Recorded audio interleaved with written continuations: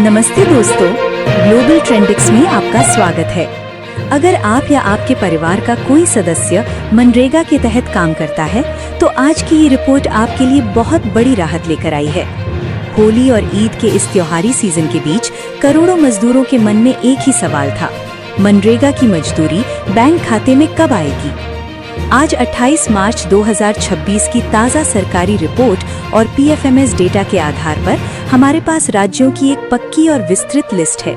चलिए आज की इस विस्तार रिपोर्ट में जानते हैं कि किन राज्यों में पैसा आ चुका है और कहां अभी भी पेंच फंसा है। महाराष्ट्र में मनरेगा भुगतान को लेकर सरकार ने इस हफ्ते बहुत तेजी दिखाई है। राज्य के आदिवासी बहुल इलाकों जैसे मेलघाट, अमरावती और पालघर में लगभग 67 करोड़ रुपए की बकाया मजदूरी सीधे मजदूरों के बैंक खातों में जमा कर दी गई है।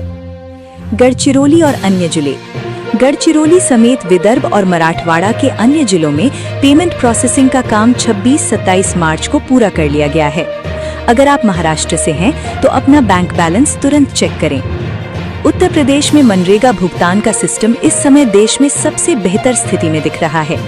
यूपी सरकार के ताज़ा आंकड़ों के अनुसार 97% मजदूरों का भुगतान समय पर उनके खातों में पहुंच रहा है।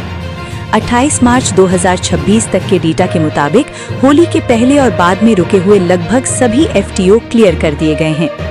सरकारी पोर्टल nrega.nic.in और सांख्यिकी डैशबोर्ड के अनुसार देश के अन्य राज्यों में स्थिति कुछ इस प्रकार है। आंध्र प्रदेश, बिहार और गुजरात, इन राज्यों में 24 मार्च से 27 मार्च के बीच भारी मात्रा में फंड ट्रांसफर ऑर्डर साइन हुए हैं। बैंक से रिस्पांस मिलने के बाद ये पैसा अगले 24 से 48 घंटों में खातों में दिखने लगेगा।